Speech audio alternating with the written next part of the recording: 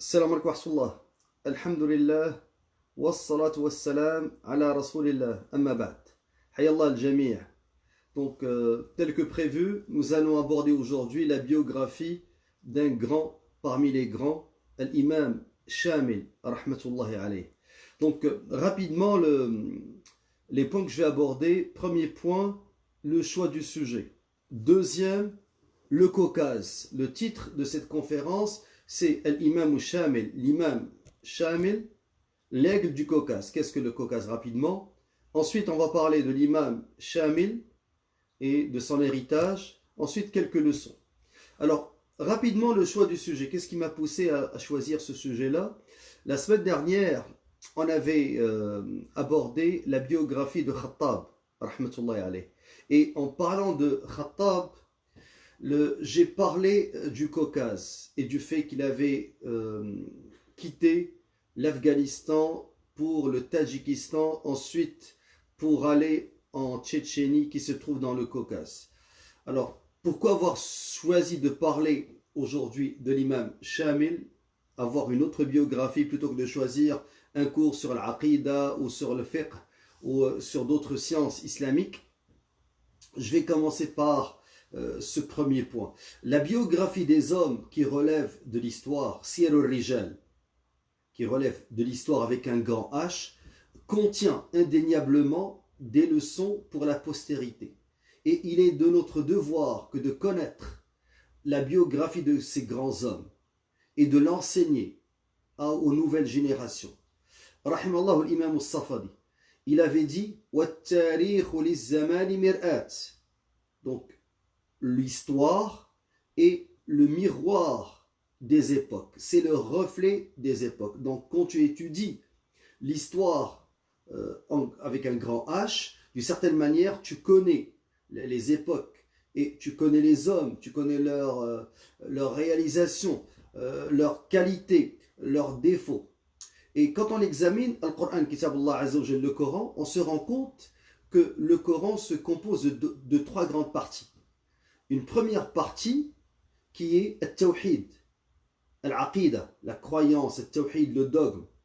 Une deuxième partie qui est la législation, al-sharia, donc d'une certaine manière ce qui est halal, ce qui est haram.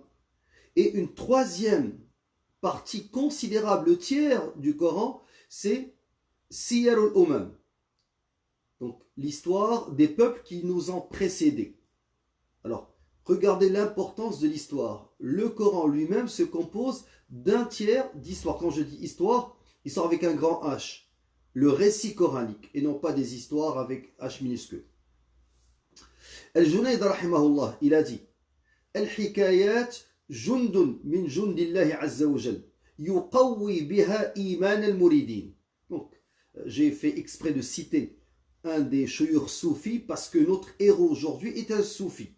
Et comme on a pu le voir dans le passé, avec par exemple Omar al-Mukhtar, le Mujahid libyen, ce n'est pas tous les soufis qui ont été des traîtres. Au contraire, on trouve qu'énormément de sectes ou de groupes soufis ont pris les armes et ont défendu la Oumma contre les occupants, les envahisseurs. Cela ne veut pas dire que ces groupes soufis n'ont pas des erreurs au niveau de la aqida.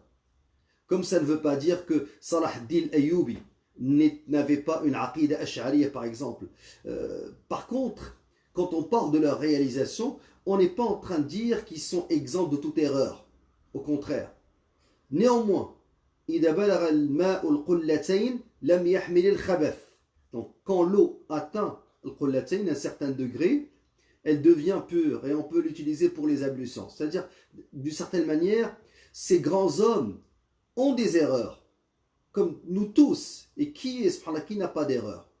L'infaillibilité est du ressort des prophètes et des messagers.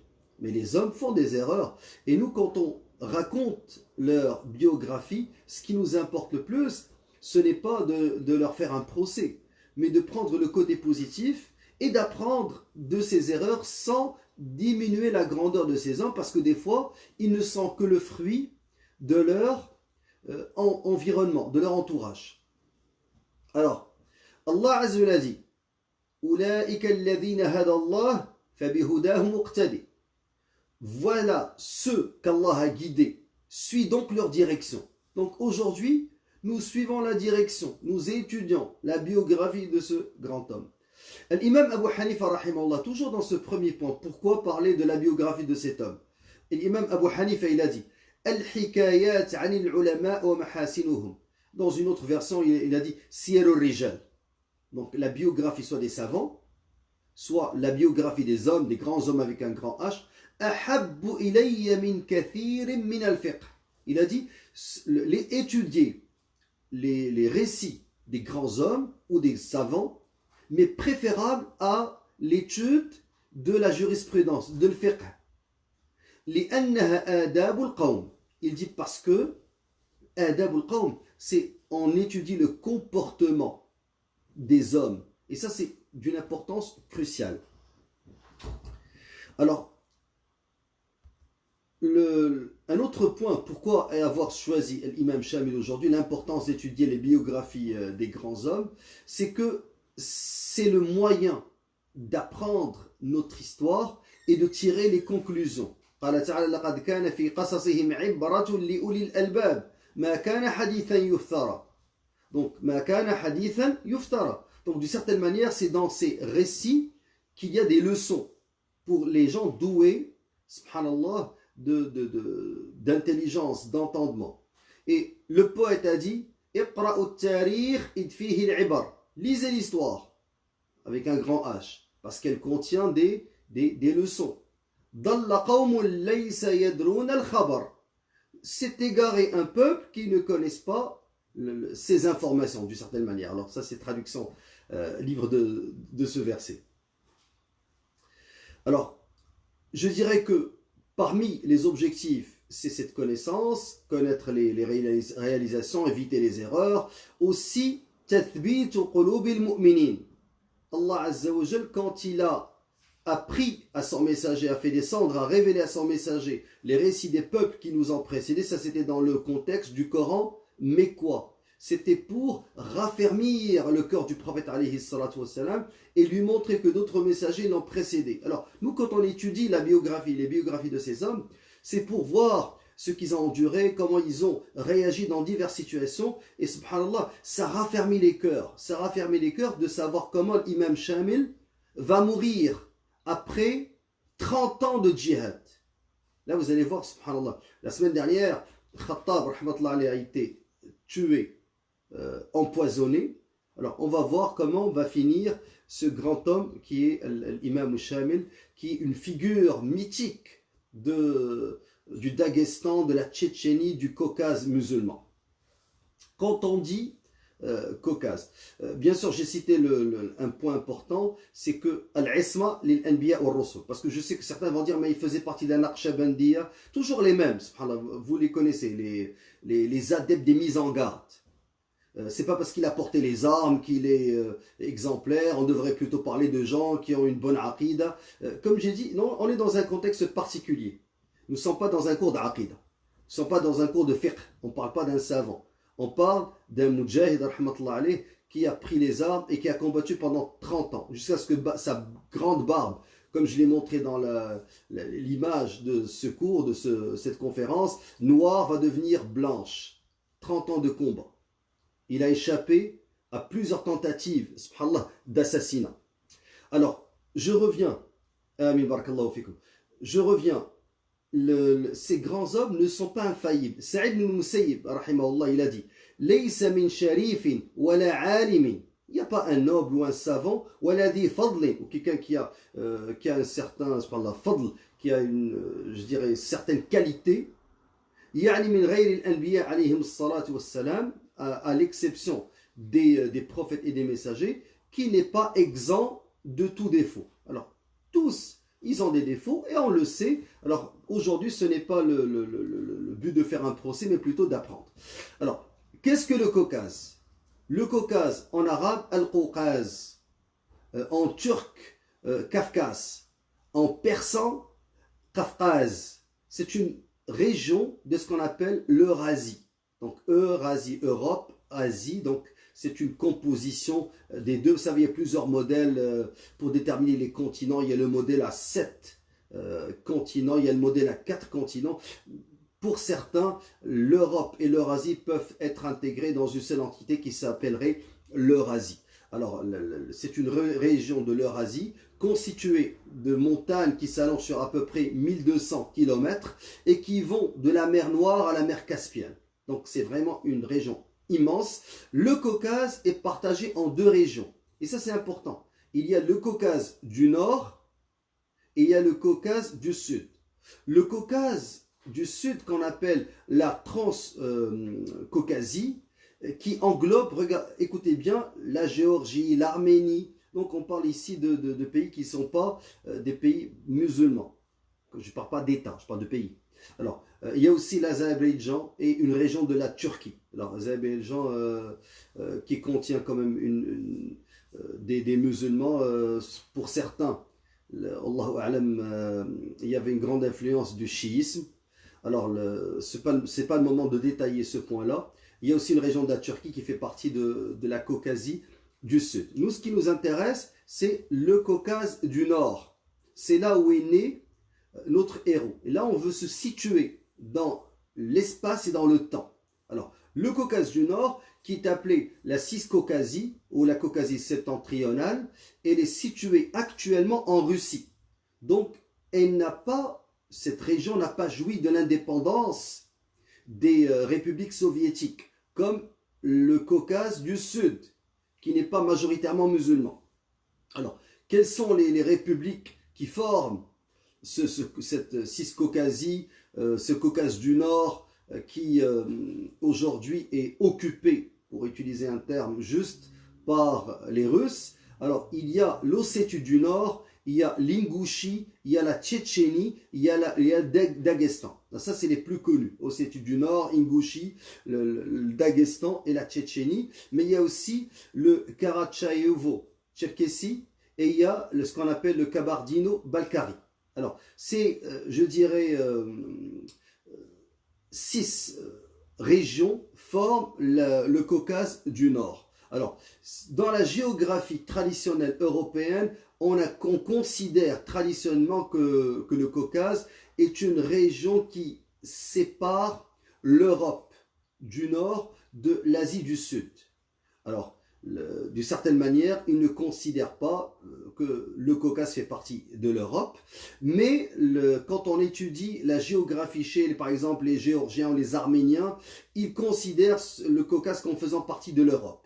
Alors, c'est une région limite de l'Europe c'est une région quand même qui est assez géostratégique. Alors, elle est très importante et à l'époque de l'imam Shamil, rahmatullahi alayh, avant même la naissance de l'imam Shamil, cette partie, elle relevait du califat ottoman. Je lis souvent empire ottoman. Nous, on ne parle pas d'empire, on parle de califat. Alors, le terme empire est pour nous péjoratif. Donc, ça relevait du califat ottoman, mais le califat ottoman était devenu, vers le XVIIe siècle, l'homme malade, comme on l'appelait en Europe, Ar-Rajul al-Marid. C'était un califat pour les Européens, une sorte d'empire, mais très affaibli. Bien entendu, parce qu'il y avait plusieurs puissances qui se liguaient contre le califat ottoman. Il y avait les Russes, il y avait les Français, il y avait les Anglais, il y avait les Allemands, la Prusse. Donc il y avait plusieurs pays qui, d'une certaine manière, se liguaient contre le califat ottoman. Et il y avait Dawla Safawiya, quand l'Iran est devenu chiite. Vous savez que traditionnellement, l'Iran a toujours été sunnite. L'Iran chiite, c'est une nouveauté. Alors, quand la Dawla Safawiya a pris le pouvoir dans l'Iran, c'est devenu un autre, je parle de cette région, de la Perse, c'est devenu, d'une certaine manière, un coup de poignard dans le dos du califat ottoman. Alors, la Caucasie du Nord est habitée principalement de musulmans sunnites. Musulmans sunnites, néanmoins, il y a une grande présence des mouvements soufis. Parmi ces mouvements, il y a le Zawiya Naqshbandiya. Et l'imam Shamil, il faisait partie de cette Zawiya.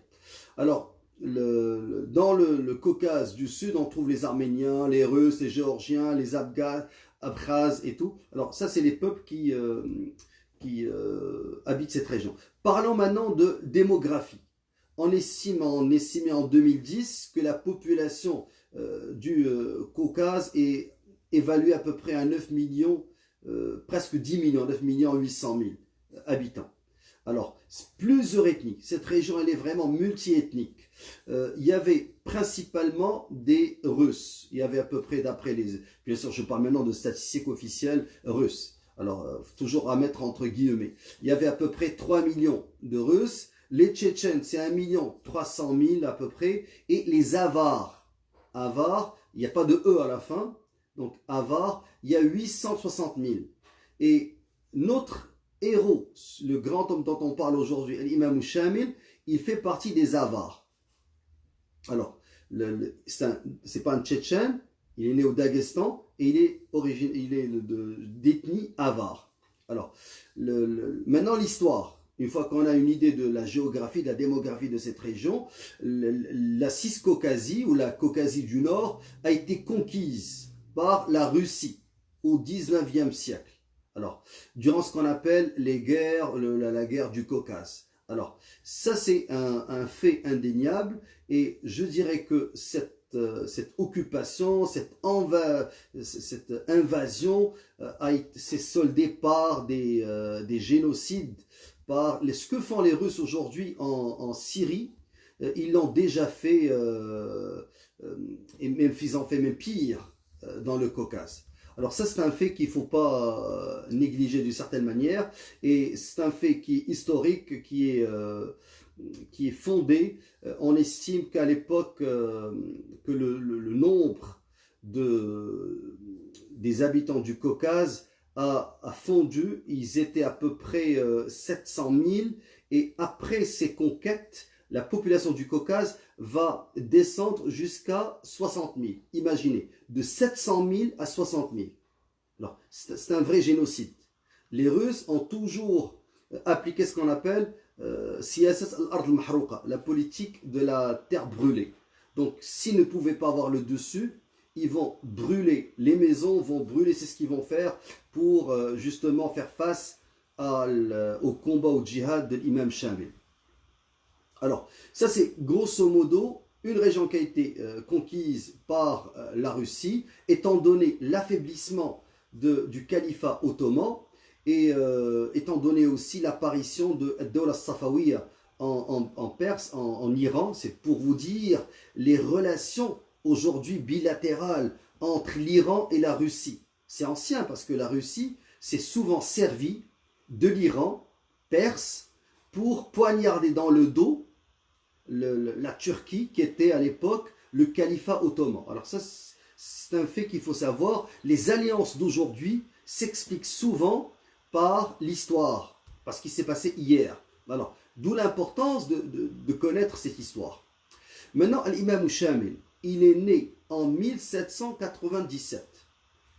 Alors ça, c'est 1797, c'est la fin du XVIIIe siècle. Et à l'époque, le Caucase faisait encore partie d'une certaine manière du califat ottoman, mais le califat ottoman a été l'homme malade, très affaibli, il ne pouvait pas contrôler toutes ces régions. Son père, c'est un riche fermier daguestanais, c'est pour ça qu'on l'appelle des fois le Sham et Ad-Daristani, Sham et le Daghestan. Sa mère est une avare noble, aussi de haut rang. Donc l'imam Shamil, contrairement à comme on a pu le présenter en Russie, n'est pas quelqu'un assoiffé de richesse, qui a pris les armes pour devenir riche. Il était déjà riche. Son père est un riche éleveur, fermier, et sa mère est une noble d'une grande famille. Alors, pourquoi on l'appelait Shamil? En fait, son nom c'est Ali ibn Dingo. Alors, Ali ibn Dingo, mais de Ali, le nom a été changé, le prénom a été changé à Shamil, parce que dans les traditions, ça relève de la superstition, chose qui n'est pas bien entendu acceptée en islam. Quand un enfant tombait malade, souvent, ont changé son prénom pour éloigner les mauvais esprits, la hawla wa la quwwata illa billah, de lui pour qu'ils suivent l'autre prénom. Alors, Allah Moussa'an, c'est comme ça à l'époque, étant donné l'ignorance qui sévissait dans cette région, les parents ont changé le prénom de Ali pour Shamil. Shamil ou Samwa'il, d'une certaine manière, mais alors nous on va dire Shamil. Alors, le jeune Shamil va être un jeune robuste qui va apprendre la chevalerie, monter à cheval, le combat. Il va être aussi initié à diverses sciences. Il va apprendre l'arabe, il va apprendre el fiqh, il va apprendre la littérature arabe, il va apprendre le Coran. Il avait un prof qui s'appelait Jamal ad-Din, qui va aussi l'initier au soufisme. Comme j'ai dit, c'est vraiment la norme à l'époque.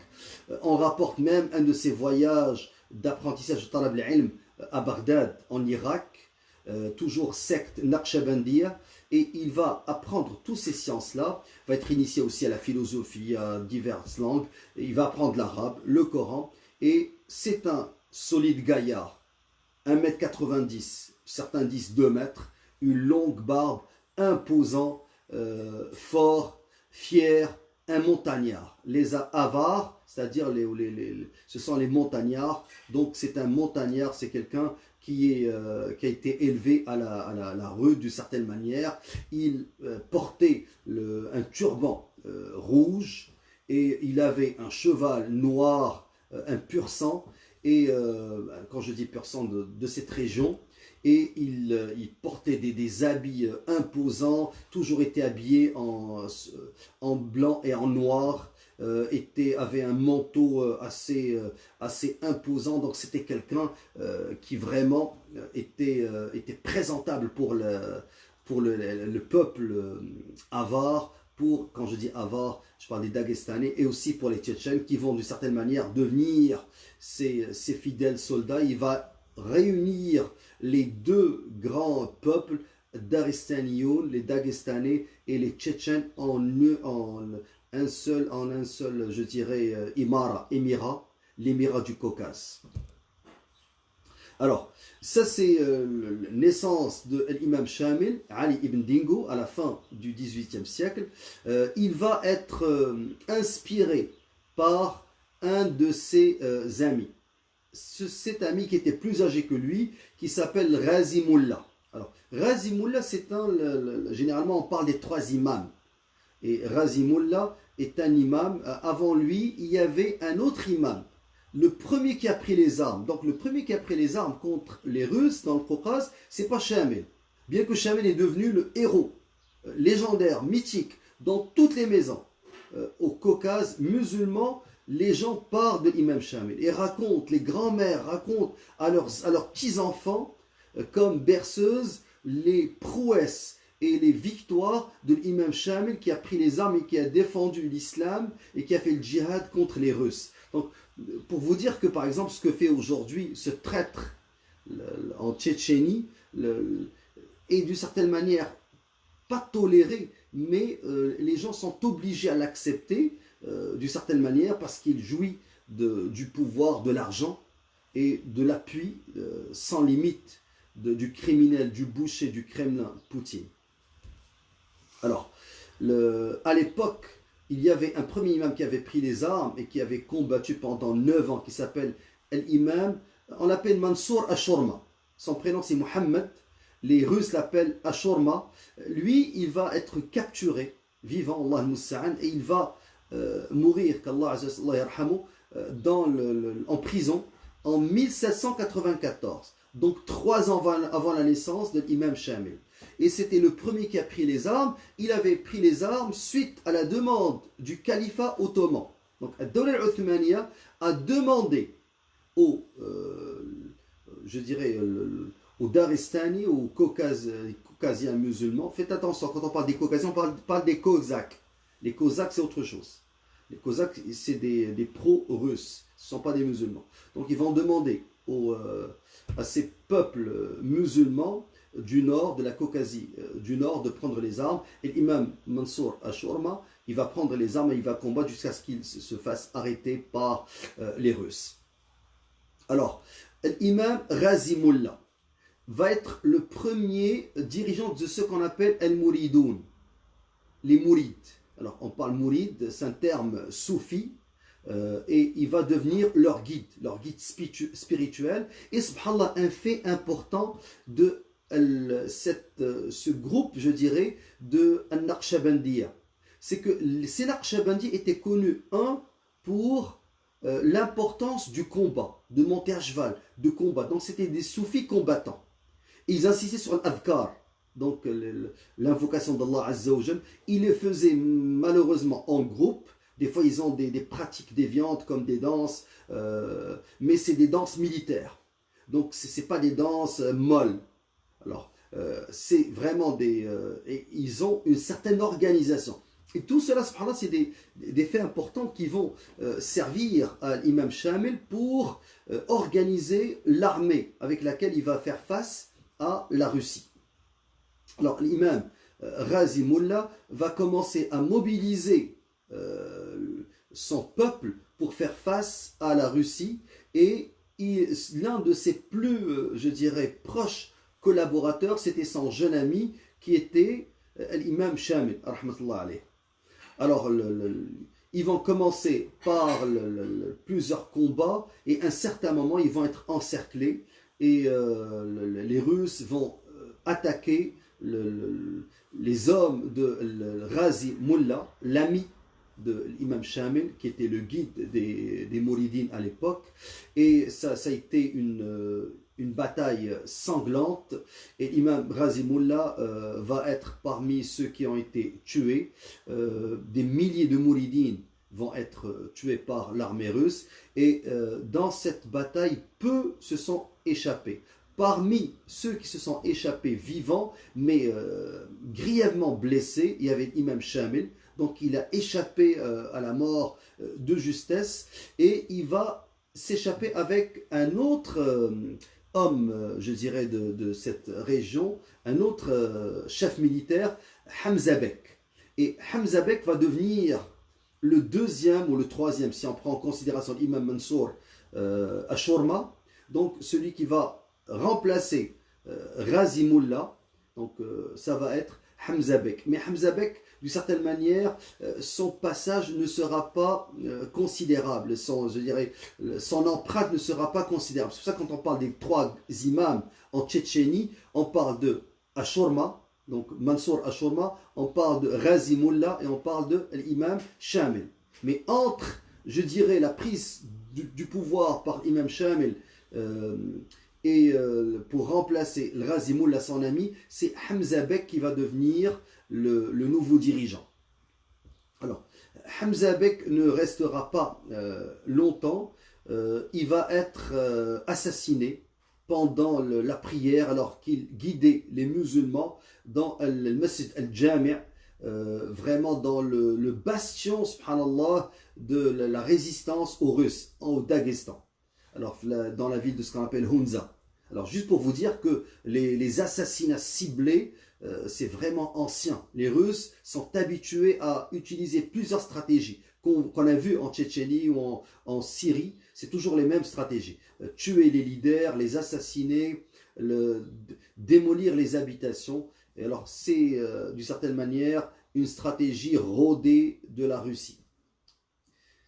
Russie tsariste, Russie communiste, Russie maintenant néolibérale, avec des relents d'orthodoxie chez Poutine. C'est tout. Regardez, que la Russie soit tsariste, les tsars, qu'elle soit communiste, l'Empire soviétique, qu'elle soit néolibérale aujourd'hui avec des relents d'orthodoxie, je parle de la religion orthodoxe, c'est toujours la même stratégie.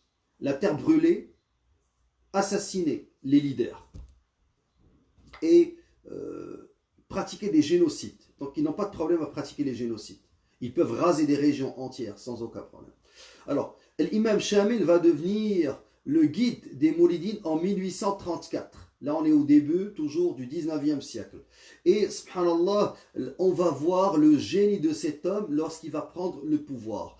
Il va commencer à organisé son armée et il avait des centaines d'adjoints et il envoyait des prédicateurs dans les montagnes de la Tchétchénie, lui était au Daghestan, pour ramener les gens à l'islam. Parce qu'il y avait à l'époque encore le paganisme, des croyances, je dirais, qui relevaient de l'hérésie. Alors, lui, il va travailler sur le volet militaire et le volet religieux.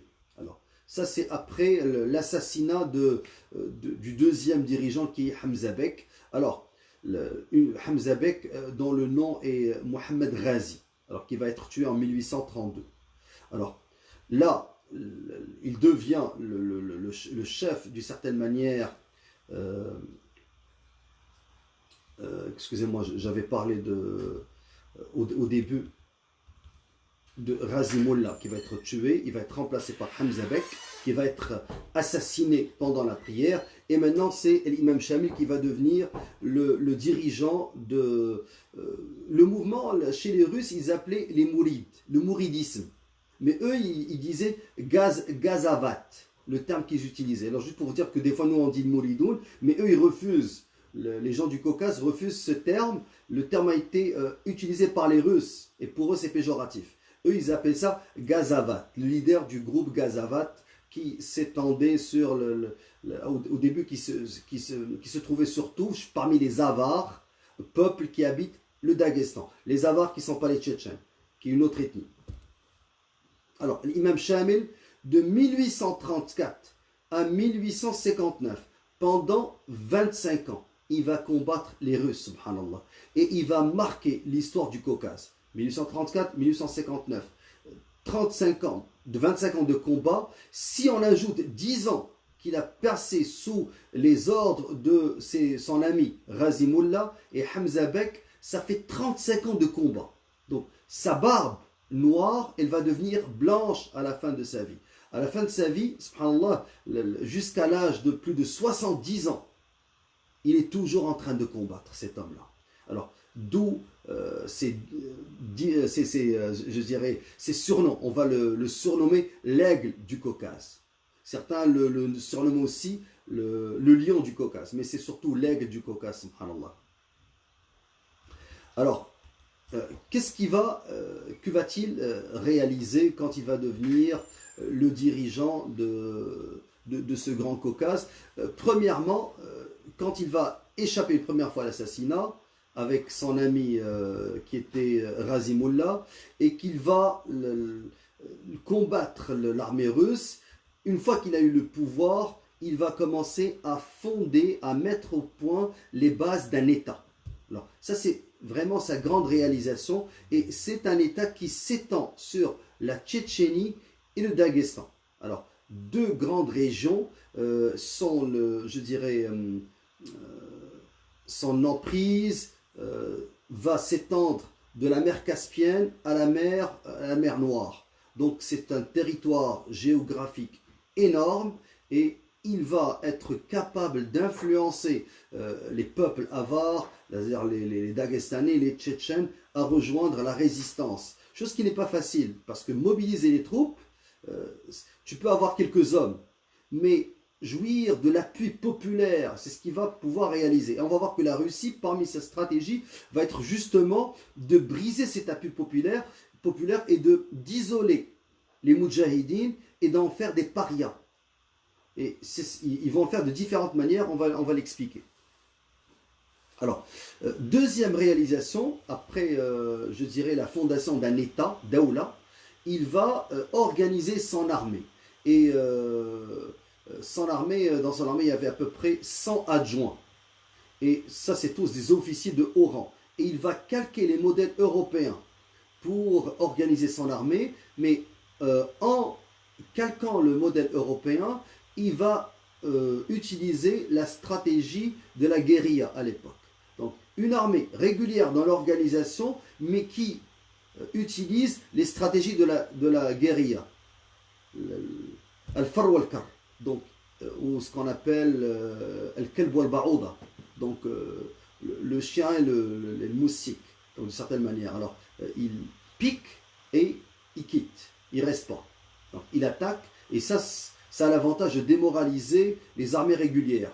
Donc les Russes, s'ils s'aventuraient dans le Caucase, ils étaient attaqués, puis l'ennemi est invisible, il n'est pas là. Alors, c'est ce qu'il va réussir à faire, mais je dirais, cette désorganisation apparente, derrière cette désorganisation apparente, il y avait une organisation, une armée où il y avait 100 adjoints et où il y avait des bataillons, il y avait des troupes, il y avait une garde d'élite, donc c'était vraiment bien organisé.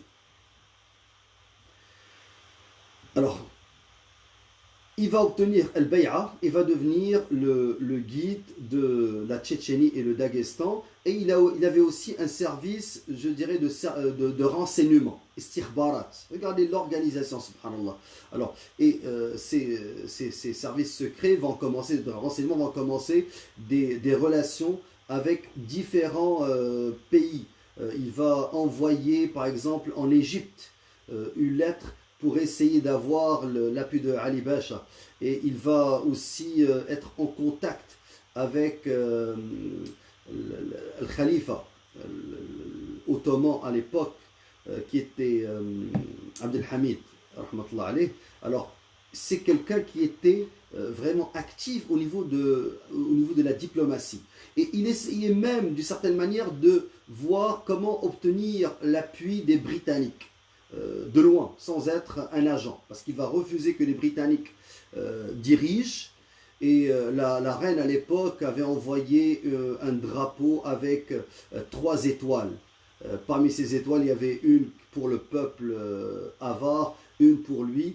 Et subhanallah, lui, ses drapeaux étaient des drapeaux noirs. Donc ça, c'est le drapeau qu'il avait utilisé. Et il avait un nashid, donc officiel, pour essayer de semer, je dirais, l'enthousiasme dans le moral des troupes. Et dans plusieurs livres, on rapporte que ces hommes disaient ce nashid avant les combats et qu'ils avaient, toutes ces troupes avec eux des drapeaux noirs. Alors, je dirais que parmi ces réalisants aussi, c'est qu'il va pouvoir utiliser les canons. Alors, les canons, il va en peu près 2 ans pouvoir mettre la main sur 14 canons. Alors, et ça c'est d'une extrême importance parce qu'à l'époque, ceux qui l'avaient précédé, que ce soit son ami Razimullah, que ce soit l'imam Mansour Ashurma, les armes étaient traditionnelles, des fois même ils faisaient bouillir de l'huile qu'ils jetaient sur les soldats russes à partir des arbres. Ils faisaient des guet-apens, mais ils avaient des armes traditionnelles. Mais lui, il va développer son armée, il va pouvoir aller chercher, attaquer l'ennemi et prendre les butins de guerre, le Ghanaim, et mettre la main sur à peu près 14 canons, et ça va lui permettre d'asseoir, subhanallah, son autorité sur cette région. Alors, l'un des généraux russes va écrire dans ses mémoires « Ya laha min musibatin mufji'a » Il a dit c'est une vraie catastrophe, une calamité. Il a dit il y a des hommes dans mon armée dont les corps en lambeaux, en débris vont être déchiquetés par les attaques des hommes de l'imam Shamil sur une distance qui équivaudrait de l'Ukraine à l'ouest jusqu'au Japon à l'est. Alors, pour vous dire, bien sûr, on parle d'une exagération ici, mais ça vous donne une idée de la rudesse et de la férocité des combats qui opposaient ces hommes-là à l'armée russe. Autre particularité de l'imam Shamil, ce n'était pas quelqu'un, j'ai dit, qui voulait les butins. Alors, il prenait les butins de guerre, les armes, mais quand il s'agissait par exemple des vêtements cousus avec des boutons d'or des officiers russes, et il va tuer énormément d'officiers russes, il prenait tous les butins qui avaient de la valeur et les jetait d'en haut d'une montagne dans un lac profond pour dire à ceux qui le suivent, si vous me suivez, c'est pour le combat. C'est soit le martyre, soit la victoire. Il n'y a pas de butin. Là, vous allez me dire, mais comment se fait-il qu'il interdisent le butin. Ils n'avaient pas interdit le butin. Ils prenaient les armes, prenaient les chevaux, Mais quand il s'agissait de tout ce qui allait, je dirais, lui attirer des opportunistes, ils prenaient ce butin-là et le jetaient. Et cette rudesse va d'une certaine manière lui nuire à certains égards, on va le voir plus tard. Alors, quand les Russes ont commencé à goûter aux défaites suite aux attaques répétées de l'imam Shamil et de ses hommes, ils vont donner 45 000 roubles. Alors, c'est une fortune à l'époque pour avoir sa tête. Alors, ils ont dit 45 000, excusez-moi, roubles, c'est une fortune à l'époque. Si, ça c'est la rançon, si vous nous amenez la tête de Shamil coupée. Alors, lui, il va prendre une plume et va leur écrire une missive. Il va leur dire quelle était ma satisfaction, mon bonheur d'apprendre que ma tête vaut ce prix énorme, 45 000. Mais vous devez savoir que vous n'allez pas être heureux quand vous allez savoir que pour moi, la tête, ta tête à toi qui a mis ma tête à prix, ça, je sais pas, il parle du général russe, ou même celle du tsar qui dirige la Russie, ne vaut pas pour moi un seul kubik. Alors le kubik, la rouble vaut 100 kubiks. Alors d'une certaine manière, que sa tête à lui, elle vaut la tête de 100 tsars, dirigeants russes. Alors subhanallah, c'est pour vous dire qu'en plus qu'il était un combattant, il avait aussi subhanallah, la pertinence et la justesse de la réplique.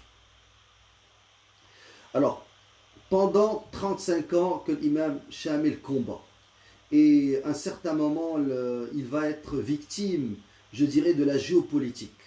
Parce que une fois que la guerre a cessé entre le califat ottoman et les Russes vont envoyer une armée de 200 000 combattants avec un jeune général, qui était à l'époque très, je dirais, qui était très ambitieux, qui voulait absolument réaliser ce que les autres n'ont pas pu réaliser. Les généraux qui ont battu Napoléon Bonaparte n'ont pas pu battre l'imam Shamil. Alors c'est pour vous dire que pendant 35 ans, il était arrivé à l'âge de à peu près 70 ans, et là un jeune général qui s'appelle Alexandre Ivanovitch Pariensky va être désigné un général dans la fin vingtaine, début trentaine, et on va lui demander de combattre le vieux aigle du Caucase. Alors avec 200 000 combattants. Ce général-là, il a étudié toutes les batailles qui ont été remportées par l'imam Shamil, et il va se rendre compte que l'imam Shamil ne combattait jamais l'armée russe sur des terres aplaties. Alors, il était toujours soit dans les montagnes, soit dans les forêts. Alors, ces forêts-là étaient pour lui un défi. Alors, il va remplacer les fusils par des haches. Et il va demander à l'armée de 200 000 de commencer à brûler et à abattre les arbres qui entouraient les bastions forts de l'imam Shamil. Comme je vous ai dit tout à l'heure, c'est la politique de la terre brûlée. Ils vont commencer, subhanallah, à abattre les forêts et à s'aventurer. Ensuite, il va changer sa stratégie. Il va, chaque fois qu'il passait par un village, il donnait de l'argent aux dirigeants du village et donnait de la nourriture aux hommes et aux femmes et aux enfants. Alors, même stratégie qui va être utilisée par les Américains plus tard, donner des bonbons aux enfants. Alors, ils vont commencer à donner de la nourriture, à bien traiter les habitants. Et il va interdire les viols. Il va interdire... Alors, certains vont me dire, subhanallah, c'est maléfique. Mais regardez, Barakat el-Jihad.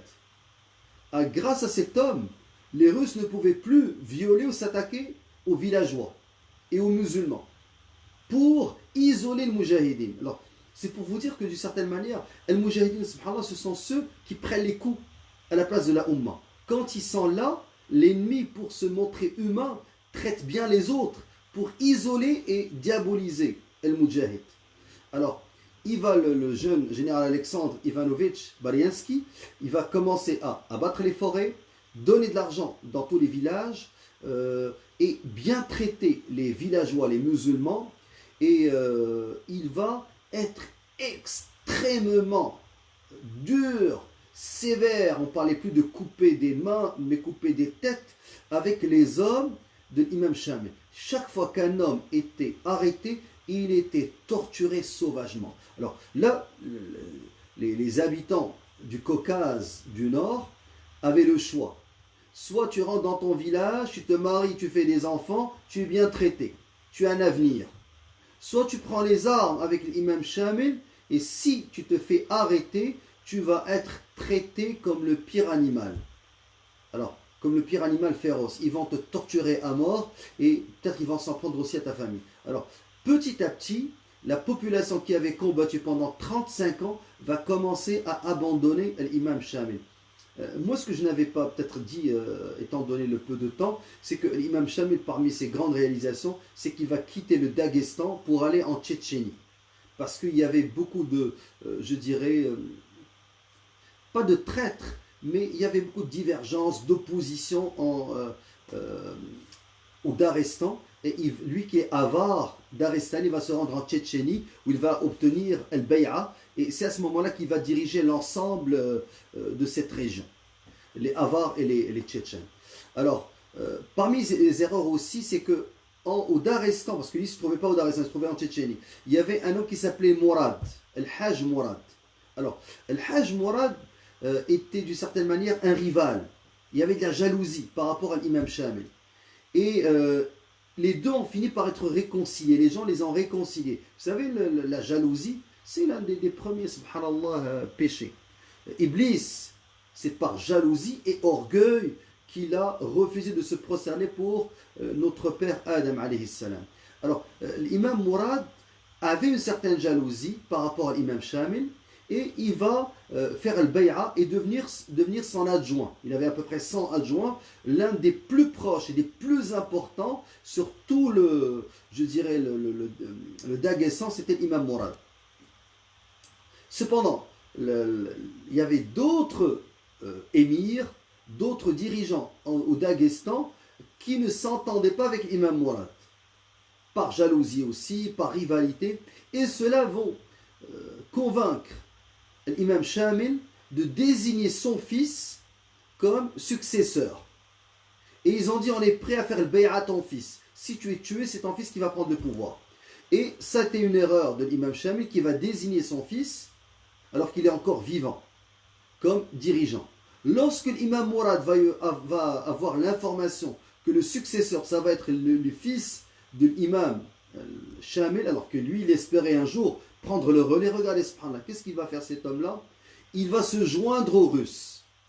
Donc le Daghestan, qui était dirigé par l'imam Mourad, entre guillemets, Imam Mourad va devenir un pro-russe. Comment les Russes vont le traiter? Les Russes vont le trahir. Ils vont le capturer. Ils vont le tuer. Regardez, subhanallah. La jalousie va le pousser à s'allier aux mécréants qui vont le capturer, qui vont le tuer comme un chien. Et il est mort, subhanallah, de cette manière. Alors, d'une certaine manière, cet épisode-là va affaiblir l'imam Shamil. Là, vous allez me dire, mais pourquoi la Russie, elle envoie 200 000 combattants? Pourquoi elle voyait cette importance dans cette région? C'est que la Russie, une fois qu'elle va passer par le Caucase, qui n'était encore pas vraiment pacifié, elle espérait se rendre jusqu'en Inde et mettre la main sur l'Inde. Donc, rivalité entre l'empire britannique et l'empire russe. Les deux voulaient mettre la main sur l'Inde. Et l'Inde, à l'époque, était dirigée par des musulmans, subhanallah. Alors, des Tatars musulmans qui gouvernaient l'Inde. Alors, il y avait cet objectif géostratégique qui a poussé la Russie à mettre tout son poids et à essayer de faire la paix avec le califat ottoman, parce qu'il y avait cet axe important, il fallait se rendre en Inde par la route du Caucase.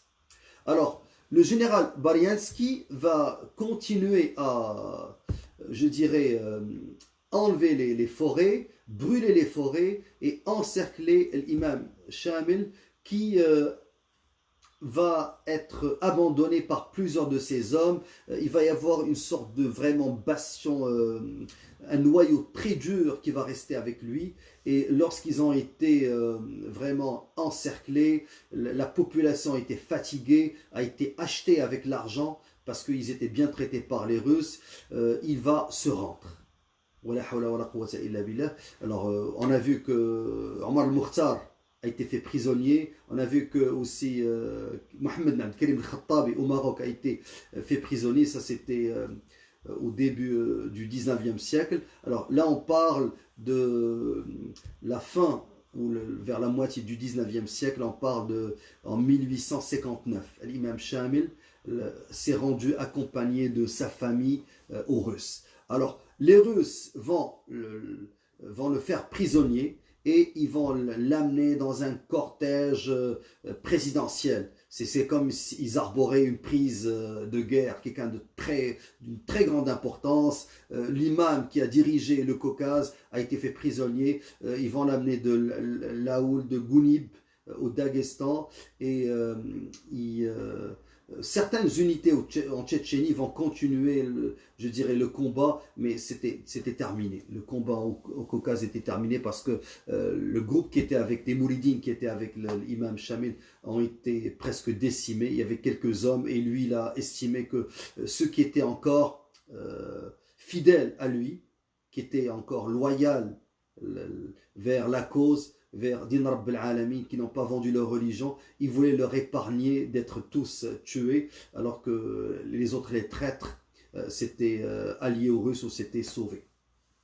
Mais comme je dis, c'était d'une cruauté incroyable. C'était un petit groupe qui a dû faire face à 5000 combattants qui ont dû faire face à 200 000. Il n'y a pas lieu de comparer entre, je dirais, le nombre de combattants et aussi l'importance des armes utilisées.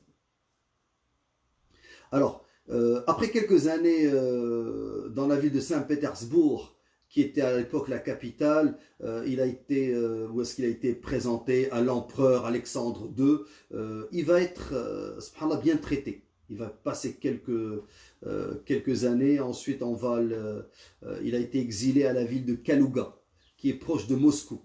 Et vers 1868, il va demander aussi la permission. Regardez, on parle de 1859 à 1868, à peu près 9 ans. Il s'est installé à Kiev et il vivait d'une certaine manière parmi, je dirais, les sources qui ont documenté son passage à Saint-Pétersbourg, à Kalouga et à Kiev.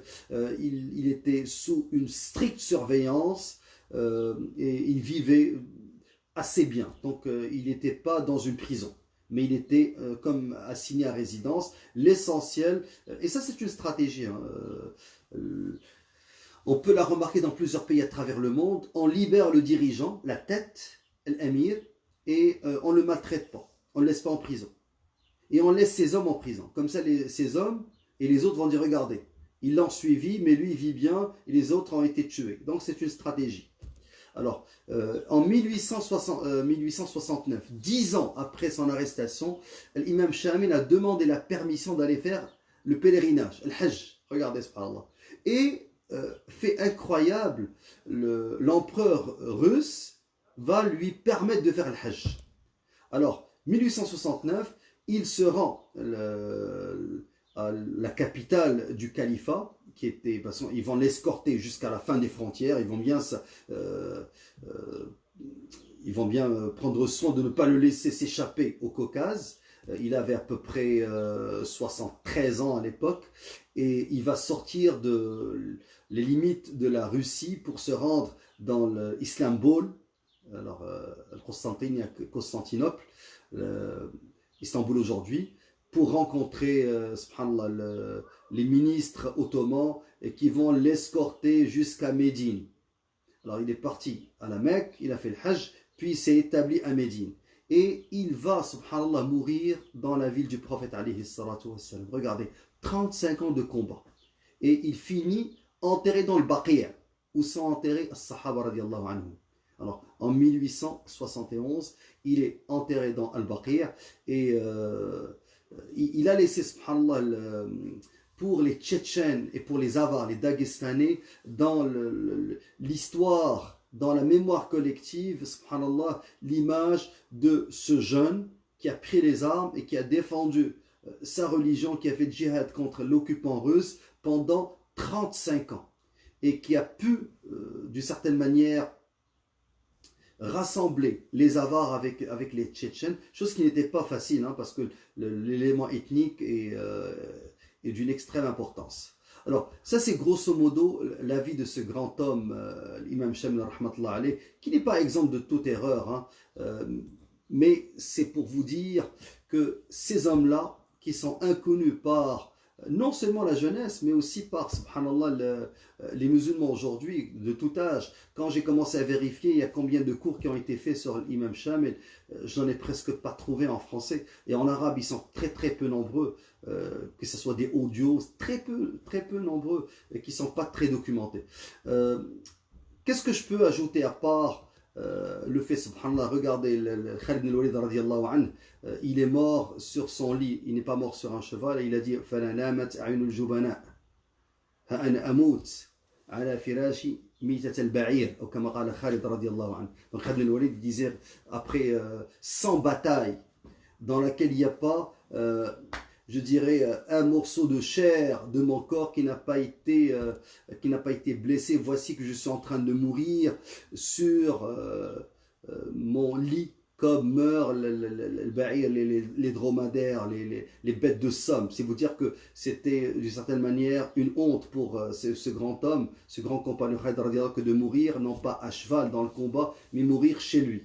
Alors, l'imam Shamil, il fait partie de ceux qui vont aussi mourir sur leur lit, après avoir combattu pendant 35 ans dans toutes les montagnes de la Caucasie, de la Tchétchénie jusqu'au Daghestan, dans toutes les forêts, dans toutes les montagnes qui sont parmi les montagnes les plus hautes de cette région de l'Eurasie. Cet homme-là a combattu les Russes et il va finir, subhanallah. Et d'ailleurs, il y a tout un chapitre d'un livre d'histoire qui s'appelle Qada Matu al al-Firash, des dirigeants qui sont morts sur le lit, parmi les compagnons du prophète alayhi salam. Et il y a une étude qui a été faite que je viens de lire. Et dans cette étude, la plupart des grands chefs militaires du prophète alayhi salam sont morts dans leur lit, alors qu'ils ont, subhanallah, combattu pendant toute leur vie, pendant des années. Maintenant, deux derniers éléments que je vais faire comme leçon. Je ne ferai pas des leçons traditionnelles, réalisation et tout. J'aimerais faire deux leçons. La première, pourquoi lui? Souvent j'entends ce mot-là. Certains disent, pourquoi Khattab? Pourquoi Shamil? Pourquoi les gens ont retenu ces deux noms? Mais il y avait d'autres moujahidines qui ont combattu plus longtemps que Khattab, par exemple. Ici, dans le cas de Shamil, la longévité, 35 ans, il n'y a personne qui peut prétendre avoir combattu plus que lui dans le Caucase. Mais pourquoi lui? Est-ce que c'est une question parce qu'il a combattu longtemps, parce qu'il y a eu des réalisations? La réponse à cette question, pourquoi lui, subhanallah, elle dénote soit de l'ignorance, soit de la jalousie. Allah Azza wa Jal choisit. C'est lui qui va élire certaines personnes. Certaines personnes apparaissent par la sagesse divine et d'autres n'apparaissent pas. Et rappelez-vous, le Shafi'i disait que Layth ibn Sa'd afqah ou a'lam min Malik, il a plus de sens que l'imam Malik, mais il n'est pas connu, subhanallah. Celui qui a été connu, ce n'est pas Layth ibn Sa'd, dans le madhab a disparu, mais l'imam Malik. Alors, la réponse à cette question, certains savants s'aventurent et disent Rubbama, peut-être, il avait un secret entre lui et Allah Azza wa Jal. Qu'est-ce qu'il veut dire par sir, baynahu wa bayna Allah? Khabi'at amal. Peut-être qu'il avait des actes d'adoration que les gens ne savaient pas, qui dénotent une certaine sincérité. Et on ne connaît pas ces actes d'adoration. Ne pensez pas à la prière ou au jeûne. Il y a certaines personnes, subhanallah, qui ont fait des actes qui apparaissent aux gens insignifiants, comme cette femme qui a donné à boire, cette prostituée des fils d'Israël, qui a donné à boire à un chien, et ce geste anodin va lui permettre de rentrer au paradis. mais c'était un geste lillah azza wa jal. Alors, la sincérité est parmi les choses qui expliquent, et quand j'ai parlé de Khattab, j'ai pas dit par exemple que lorsque les Moudjahidines transportaient sur leur dos les lourds canons, celui qui prenait les pièces les plus lourdes, c'était Khattab. Et c'était lui qui montait. J'ai expliqué qu'un jour, il l'en trouvait en train de laver les toilettes. Donc, subhanallah, cette sincérité, c'était pas des Kodak Kids, c'était pas des gens qui cherchaient les photos, ou cherchaient la popularité ou la célébrité. Mais ils l'ont eu, malgré les efforts d'étouffer leur nom et de les faire passer pour des monstres, des terroristes. Allah Azza wa Jalla fait en sorte que toute la Ummah, aujourd'hui, tataraham alayhim, est en train d'invoquer pour eux. Alors, ça c'est la réponse pourquoi lui, ça, khabi'at amal, la sincérité, des actes qu'on ne connaît pas, que seul Allah Azza wa Jalla connaît. Deuxième point, quand j'ai parlé de Khattab la semaine dernière, et probablement aujourd'hui de l'imam Shamil, je n'ai pas été exhaustif, je n'ai pas tout cité, ce n'est pas l'objectif, ce n'est pas un cours d'histoire, c'est une halaqa, où je fais de la vulgarisation, où je fais de la da'wa, de la prédication. Et parmi les choses que j'ai pu occulter, ne pas citer de Khattab, c'est que derrière cette bête de combat, excusez-moi le terme, c'est une façon de parler, c'est-à-dire ce grand combattant, ce lion, c'est ce que je veux dire, il y avait un cœur sensible. J'ai parlé de la sensibilité de Khattab. Mais il y a aussi un autre élément dont je n'ai pas parlé, c'est le sens de l'humour. Khattab était connu pour avoir un grand sens de l'humour, subhanallah. Et quand il s'amusait avec ses proches amis ou avec ses hommes, c'était quelqu'un qui pouvait les pousser dans les lacs froids, exemple. Il aimait ça. Donc, parmi ces jeux rudes, certains ne se sont pas plaints, mais ils ont quand même goûté à la fraîcheur des lacs glaciaux. C'est que il avait tendance toujours à pousser les autres pour tomber dans l'eau, une eau glaciale. Alors ça c'est parmi, subhanallah, vous allez me dire mais c'est un jeu rude. Oui, ses proches collaborateurs ont parlé de quelqu'un qui était rude. Donc dans sa manière de rire, dans sa manière par exemple de frapper ces hommes. C'est pas des hommes en chocolat. Alors, ce sont des combattants. Donc, quand ils rient, ils se poussent, ils donnent des coups. Mais ils sont en train de rire. Ils s'amusent. Et l'un d'eux, il a dit, subhanallah, que l'un de ces combattants, c'était à l'époque où Khattab était en Afghanistan, était très choyé, gâté par sa mère. Sa mère lui a envoyé 2 grosses boîtes. Une boîte de confiture, de pots de confiture, et une boîte de beurre d'arachide. Et lorsque il a lu la lettre de sa mère qui lui a dit « Je t'ai envoyé, mon petit, 2 grosses boîtes de beurre d'arachide et ici il parle de beurre de peanut et de confiture. » Il a dit « J'attendais jour et nuit que ces boîtes arrivent parce qu'il n'y avait rien à manger. Il n'y avait que du pain et du thé sans sucre. » Alors, sucre qui est une denrée en Afghanistan de riches. Alors, il a passé la nuit, le jour à attendre. Lorsque la boîte est venue, il n'y avait pas de boîte, il y avait un pot de confiture et un pot de beurre d'arachide. Beurre d'arachide, beurre de cacahuète pour les Français. Ici, ils appellent ça beurre d'arachide. Alors, c'est du beurre de cacahuète. Peanut.